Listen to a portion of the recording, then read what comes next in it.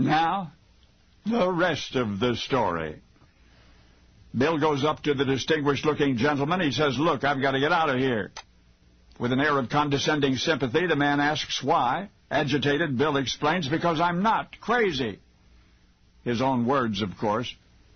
Anyway, Bill is forced to concede that he admitted himself to this Meadowbrook hospital.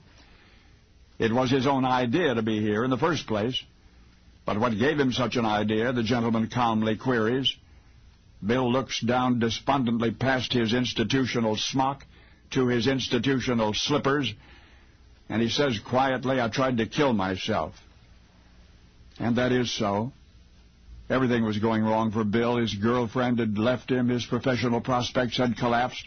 He was broke, so broke he could no longer pay rent, wound up sleeping in an all-night laundromat. The city was sub-freezing that winter, and laundromats were the warmest places to sleep. In any event, Bill was 21. He could go home to Mother, but he hated the thought. She'd be glad to see him, of course, but then she'd realize what a failure her son was. That was the hard part, Mom knowing. But the temperature dropped further. Now even the Manhattan laundromats were getting chilly. So Bill swallowed what was left of his pride and went home to Hicksville. Oh, really? Hicksville, Long Island, New York. Mom was not home. Just as well, Bill thought. He let himself in. And feeling lower than ever before in his life, he went to the hall closet and looked for something with which to poison himself. There was some chlorine bleach and some furniture polish. Based on how bad the Clorox would probably taste, Bill took the pledge, literally. No, it didn't kill him. Gave him gas. Bill's reflective gaze returned to the distinguished gentleman to whom he was pouring out his heart. "You see," he said, "I'm not crazy. I was just feeling sorry for myself. I don't belong in a mental hospital." And the gentleman, smiling, agreed. "By the way," said Bill, "I didn't get your name." The man stiffened slightly. "Why," he said, "I am Kaiser Wilhelm." And then slowly, imperiously, he strode away. But you know what? Right then and there, Bill decided if he ever got out of Meadowbrook Hospital, and if he ever felt depressed again, he would recall all of the people he'd met during those dreadful weeks, the incurable schizophrenics, the chronic heroin addicts, the sedated serial rapists, the hopeless alcoholics, and yes, Kaiser Wilhelm, the people with real problems. And wherever Bill stood at that moment, he vowed he would leap for thankful joy. For Bill was eventually released from Meadowbrook, and he kept that promise to himself. And now whenever you hear his music, and that music makes you happy, you will remember that it was written and performed by a very happy man. The world of popular music, populated by a multitude of pretenders, and only a handful of heroes. But you've always placed among the latter, the heroes, a gifted songwriter and performer named Billy Joel. Billy Joel. And now you know the rest of the story. And now the rest of the story. You know, life gets difficult for all of us from time to time. So difficult that we can see no way of going forward. But there's always hope. Hope is what Billy Joel found in that mental hospital, a hope that has endured. Mr. Harvey explained that Billy Joel grew up in Hicksville, New York. Named after Valentine Hicks, Hicksville is a hamlet, a settlement smaller than a town or a village, within the town of Oyster Bay on Long Island, New York. When Billy Joel was 15 years old, he saw something on TV that changed his life. He watched the now famous broadcast of the Beatles on the Ed Sullivan Show. "That one performance changed my life," he said.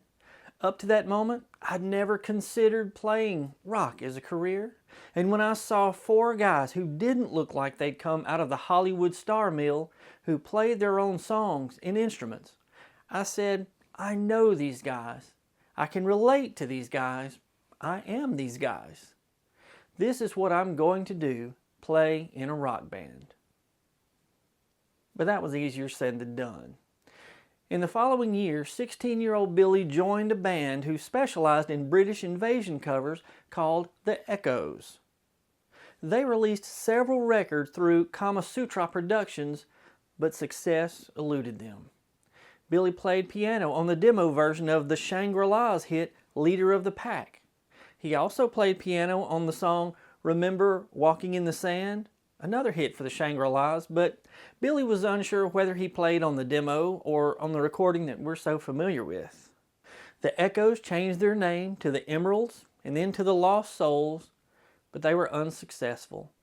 Billy left the band and joined the Hassles, a Long Island band who had a record deal. The Hassles released 4 singles and 2 albums, but they were commercial failures.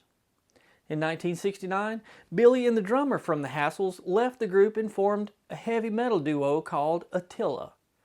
They released an album in the summer of 1970. Billy explained that it was the end of the 60s and I was in a 2-man group. We were heavy metal. We were going to destroy the world with amplification. We had titles like Godzilla, March of the Huns, British Invasion. We had about a dozen gigs, but nobody could stay in the room when we were playing. It was too loud. We drove people literally out of clubs. The album, like their gigs, was a commercial failure. It was this string of failures which built up over a period of 6 years that led to Billy Joel's suicide attempt. Everything he did seemed to fail.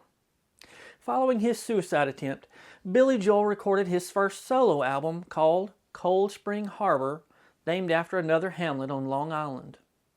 Developing the album and Billy Joel's identity cost Family Productions, the record company, just under $500,000, but the album was a commercial disappointment. Oh, now notice, I didn't say failure. Disappointment. In the fall of 1971, Billy Joel toured as the opening act for the J. Geils Band, the Beach Boys, Badfinger, and Taj Mahal. Audiences were blown away by Billy Joel, and his fan base grew significantly. In 1972, Billy Joel signed a recording contract with Columbia Records. But wait a minute, he was still under contract with Family Productions.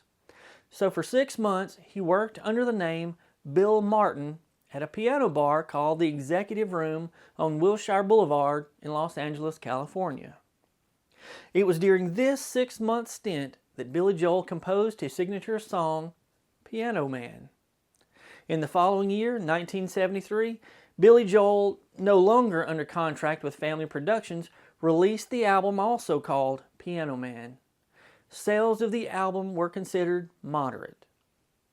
In the recording industry, modest sales for an artist who had had years of commercial failures and an album that was a commercial disappointment, well, having an album with modest sales was an achievement. Now, let's just imagine for a moment that Billy Joel's suicide attempt in 1970 would have been successful. We would never have heard She's Got Away, Piano Man, Moving Out, Just the Way You Are. It's very hard not to sing these song titles. Only the Good Die Young, She's Always a Woman, Big Shot, My Life, You May Be Right, It's Still Rock and Roll to Me, The Longest Time, Tell Her About It, Uptown Girl, We Didn't Start the Fire, I Go to Extremes. Man, the list just goes on and on. For many of us, these songs were included in the soundtrack of our generation. Even if you're not a Billy Joel fan, you must admit that he has had a successful career that came after several years of failure. But wait a minute, he's not done yet.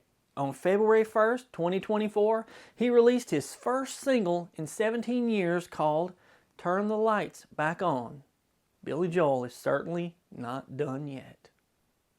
All of us, from time to time, think ourselves useless, but that couldn't be further from the truth.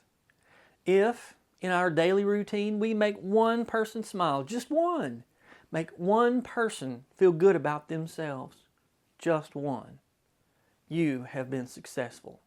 You are successful. Billy Joel was a failure. He even failed at committing suicide. Yes, he gave up for a short time, but then he realized he didn't have it as bad as some of the people he met in the mental ward, who he described as people who really had problems.